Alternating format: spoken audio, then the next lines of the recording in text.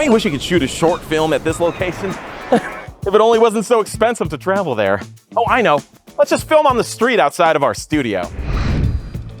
Ah, Los Angeles. Oh yeah, I forgot. You need a permit to film outside here. Man, isn't there anywhere you could just film for free? Like nature. Nature's free to film, as long as you're willing to hike. But what if none of that mattered? What if you could capture and reuse locations anytime you wanted? Well, with Gaussian Splats, you can. And in this video, I'm gonna show you how to capture and create your own. And how to orchestrate a heist to steal high-profile film locations straight out of the backlot of Hollywood studios. All with your computer.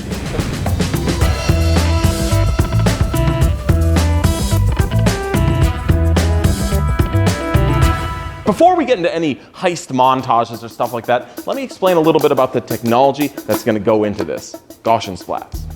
Gaussian Splats are a way to recreate objects and environments in 3D without having to use actual 3D models. Instead, it uses an AI model to retain the photographic elements of your original scene. So when you create a Gaussian Splat, it actually starts out kind of simple. You take a bunch of images or videos or things like that, and basically you track your camera like your 3D camera tracking a shot. But what happens next is very different. It's basically mapping out at which angle all your photos are being taken, and that's going to be important because now it creates a point cloud of your environment and uses that data to effectively reproject each image back out onto your scene into what are called Gaussians. Have you ever seen that Mythbuster thing with like Jamie and Adam with the giant paintball gun that makes the Mona Lisa really quickly in one shot? That's kind of what a Gaussian Splat is in a way.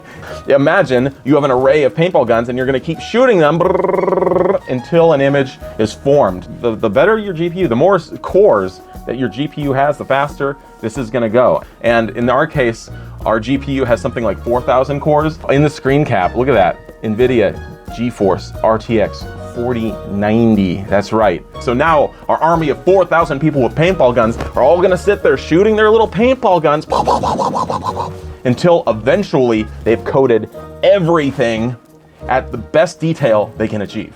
And that requires the power of a good GPU. It was pure luck, an absolute blessing that the sponsor of this video was actually somebody who could truly help us make this and achieve it. It's none other than NVIDIA and Puget Systems, all right? We already rely on these guys a lot. Why? Well, Puget Systems makes some of the best computers in the world, NVIDIA makes some of the best GPUs in the world, and it turns out that's exactly what we need to make this video. As VFX artists, AI is being integrated into every single software package we use, no joke. And to be ready for that, that's why we are using these RTX powered cards so we get the most advanced AI experience. And you can too, check the link in the description. Huge thanks to NVIDIA and Puget Systems. Is this really even a sponsorship at this point? I think this is more of a collaboration. Okay, remember all those 4,000 paintballers who were shooting their balls? Well, guess what? Their work of art is finally complete and you can tour their museum.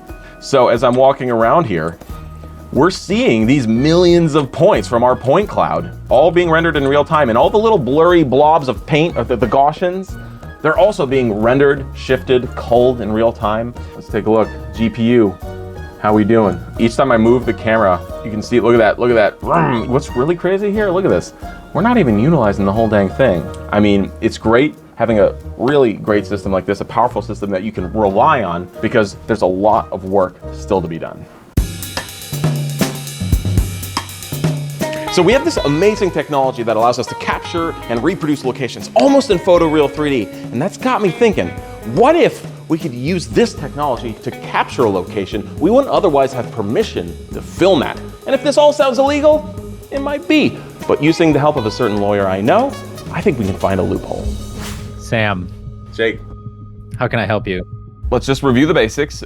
Is it okay to take pictures in public? And if so, what are you allowed to do with them? As a general rule, it's totally fine to take pictures in public. Okay. Yeah. And you can do anything you want with the pictures, right? You own a copyright in what you've captured. Okay, so let's say I'm going to this place and I know they allow photography as long as it's not commercial photography. What can I do with those pictures? What are you trying to do? We're taking a bunch of pictures and then turning that into a three-dimensional representation of the environment. Okay, so you guys would have a copyright in that as an inherent position, but that comes with a couple things. Copyrights in architecture. That's kind of the first thing. You gotta hop over that hurdle. If somebody like designs a building, they own the copyright in that design as it exists, say, on the paper or in the rendering. Then there's a copyright that also exists in the architecture itself as it is built, because that's a different manifestation of like creativity than the drawing.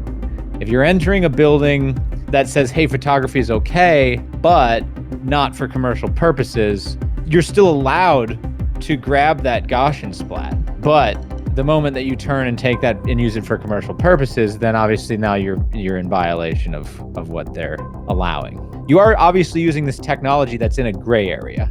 It's technically, I think, still a copyright infringement, but maybe there's a little bit of a rebel with a cause in that infringement. Whew, this is gonna get complicated. You know, there is an example of one movie. They filmed it entirely on Disney World property, and they were allowed to legally distribute that film because Disney never pursued a legal action against it. Now, it didn't get the official stamp of fair use because Disney never pursued it legally, but the fact that they didn't is pretty strong precedent to say you might be able to do this. Jake was right.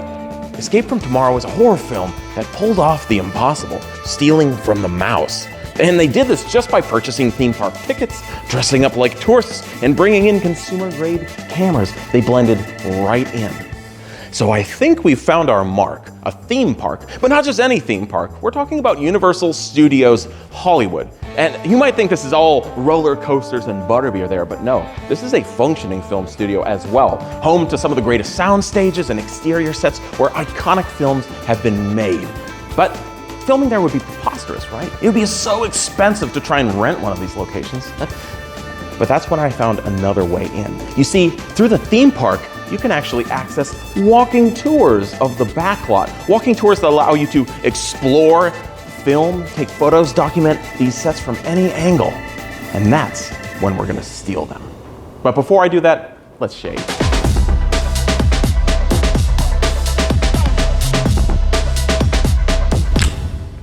Yeah, this is probably overkill.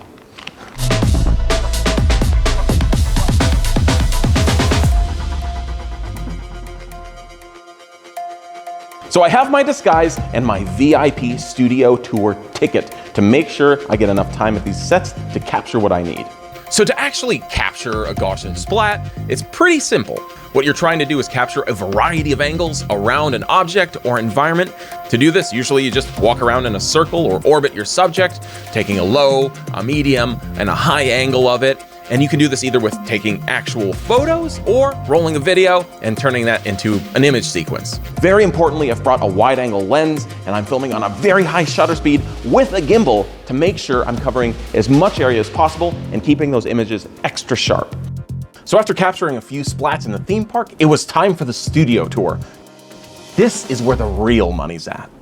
Capturing this is going to be very hard because I don't know how much time we're gonna have. Is it gonna be 5 minutes, 10, 15? Either way, I have to move quickly and cover as much space as I can. There's a lot of hazards in this operation. Not only are there other competing tours with people crossing my frame and stuff, but the tour guides are growing suspicious. I mean, I've told them my cover story. I'm just filming this for a vlog about set design and filmmaking. But the way they're watching me as I document these sets, I feel like they're onto me. But as long as they'll let me, I'm gonna keep capturing as much as I can and then make my escape. We're just supposed to walk out of there with $150 million in Locations. without getting stopped? Yep. Oh. Okay. We've done it. Inside this case is a collection of high-value, iconic Hollywood film sets that we get to use however we want. Under the fair use doctrine of US copyright law, which permits limited use of copyrighted material without permission for purposes such as criticism, commentary, parody, news reporting, scholarship, teaching, and research. And now, it's time to finally see what we got.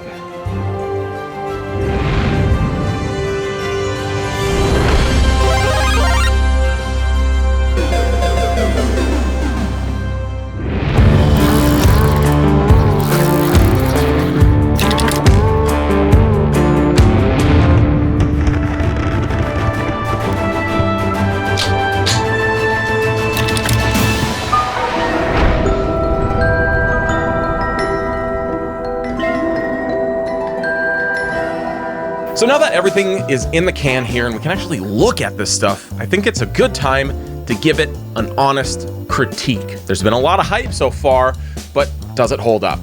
Well, when we look at this stuff, I mean, you can tell right away that the splats are not as crisp as actual footage. So yes, we can say we are stealing a location, but it is certainly a little bit of the potato version of that location in certain parts. It's not perfect, but it's still really, really cool. And that's what's so fascinating about this technology. It's not necessarily how good it looks at this moment, but simply how fast this technology is progressing. Only a year and a half ago, you couldn't even watch this stuff in real time. Already, there's more developments happening. NVIDIA's coming out with their own point cloud-based rendering that allows you to actually put objects into the scene, and the light and the shadows and all this stuff interact with it. I have a feeling it's gonna get pretty crazy. And the implications this has for media as we know it, and copyright and all this stuff, is really interesting stuff. And that's why at the core, these types of experiments are so fun to do. Not only do we get cool images out of it, but we get to start exploring some of these more interesting, deeper topics that affect all of us.